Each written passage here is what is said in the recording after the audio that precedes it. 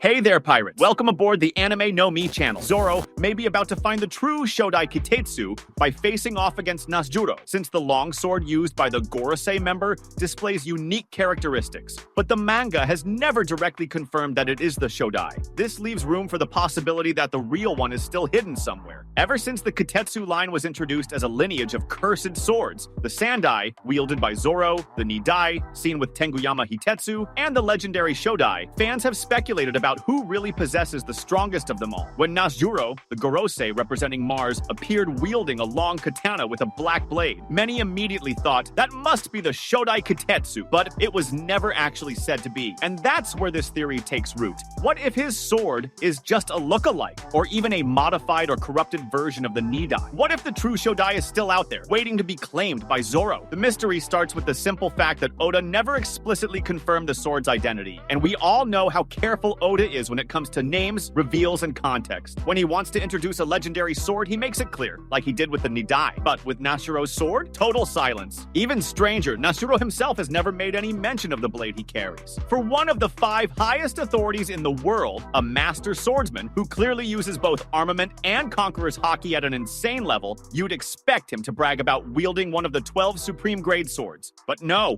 comments, no names, no visual confirmation in the manga. Nothing? That silence raises eyebrows. Another key point comes from chapter 1059, where Hitetsu reveals to Momonosuke and the others that the Nidai Kitetsu had been in his possession for a long time. If he, one of Wano's last remaining master swordsmiths, had the Nidai, then who has the Shodai? He clearly stated that it's a legendary blade, one of the 12 supreme grades. If it were in the hands of a Gorosei, especially someone as dangerous as Nasjuro, wouldn't he have said something? Especially now, with the world in total chaos and the strongest weapons being pulled into the most critical battles. His silence might suggest that the Shodai is missing or hasn't been seen in a very long time. Zoro's connection with cursed swords goes way back. Ever since the early days of the anime and manga, when he tested the Sandai Kitetsu by tossing it in the air like he was daring death itself, we've known that he shares a natural affinity with cursed blades, and he knows it too. After Wano, where he finally wielded Enma and had to master a new level of haki, it makes sense that he's now ready to ascend to a tier where only one of the 12 supreme swords could match him. And since Enma is already one of the 21 great grade swords, there's just one step left, one of the 12 supreme grades. In that context, the Shodai Kitetsu is the perfect fit, the final piece of the Kitetsu legacy. Now, back to Nasjuro. There's something off about the shape of his blade. It's long, black, wrapped in haki, but its design looks like a distorted version of what we'd expect from the Shodai. That could imply that the sword he wields is a replica, or a mutated version influenced by the demonic energy he possesses. Remember, the Gorosei have demonic forms, so it's not far-fetched to imagine their weapons might also be corrupted or altered by that same aura. If that's the case, then Nasjuro could be holding a false Shodai, a cursed blade meant to imitate the original, but lacking the sacred lineage of the one forged centuries ago. This would reinforce the theory that the real one is still somewhere out there. What would that mean for Zoro? Well, maybe the only way to find the true Shodai is by defeating Nasjuro, not just because he might know where it is, but because he could be the symbolic gatekeeper, the final test before the sword accepts a new owner. There's a fan theory that says the supreme grade swords choose their wielder, not the other way around. If that's true, then the Shodai might be waiting for a worthy swordsman, someone not only skilled, but spiritually aligned with its essence. After defeating King the Wildfire, mastering advanced conqueror's haki, and overcoming Enma's curse, Zoro seems like the perfect candidate. And there's more. The fact that the Kitetsu swords form a trilogy brings a clear symbolism. Zoro started with the Sandai, the weakest, then became aware of the Nidai as a possible upgrade, and now may be on the verge of completing the cycle with the Shodai. To do that, he'd have to earn it, or inherit it, during a pivotal moment in the story. And considering he'll likely clash with one of the Gorosei alongside the other Straw Hats, that battle could put him face to face with the origins of the Kitetsu blades, and the truth behind them. There's also the idea of the will of the sword. In several parts of the manga,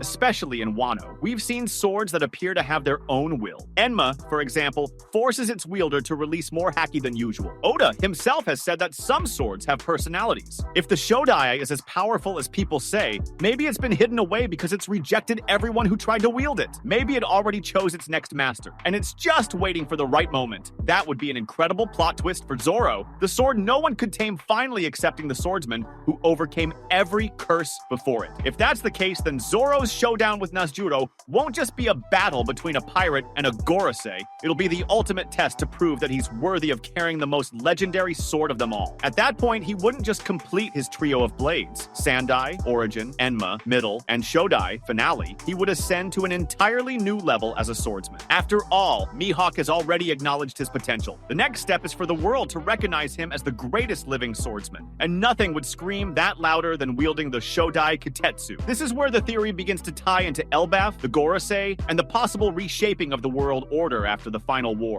Zoro, as a character, represents the path of the warrior, one who seeks his own definition of strength, honor, and fate. It's no coincidence that, despite having no political interest, he ends up at the heart of the most critical battles. A potential clash against Nazjuro Saturn, a Gorosei, is the perfect setup for this kind of story. The Pirate King's most loyal swordsman versus the celestial swordsman of the world elite. And if Saturn isn't wielding the real Shodai, that opens the door for Zoro to find and claim it in a later moment, possibly by defeating a new foe who wields it with true mastery. Another piece that supports this line of reasoning comes from the very legend surrounding the Kitetsu swords. The original blacksmith, Kitetsu, forged cursed blades that challenge their wielders. The legend is clear. Only swordsmen destined by death can control a Kitetsu. From the moment Zoro was introduced, he has embodied that symbolism. He dared the Sandai Kitetsu to slice off his arm and moved forward without hesitation. Oda didn't place that scene at the beginning of the series by accident. It carries deep meaning. And this brings us to the turning point. Zoro wasn't born to wield the weakest of the cursed swords, but the strongest, the Shodai Kitetsu. So why hasn't it appeared yet? A plausible answer may lie in a secret tied directly to the world government. If the original sword is in the hands of the elite, or was sealed away centuries ago, possibly as part of the relics from the Void Century, that would explain why the world has been denied its presence. We already know the world government fears what it cannot control, and a legendary blade that reacts to its user's haki and holds destructive potential on par with the Saijo Owazamono, the highest grade swords, would be far too dangerous in the wrong hands. That's why it's possible that the Shodai Kitetsu was deliberately hidden, or even cursed by ancient forces to ensure it would never be wielded again. Zoro, however, is the perfect character to break that curse. Unlike those who seek legendary swords for power alone, Zoro understands the will of the blade. His sensitivity as a swordsman was emphasized by Kozaburo Shimotsuki, who explained that swords want to cut, and that it's up to the swordsman to understand and control that desire.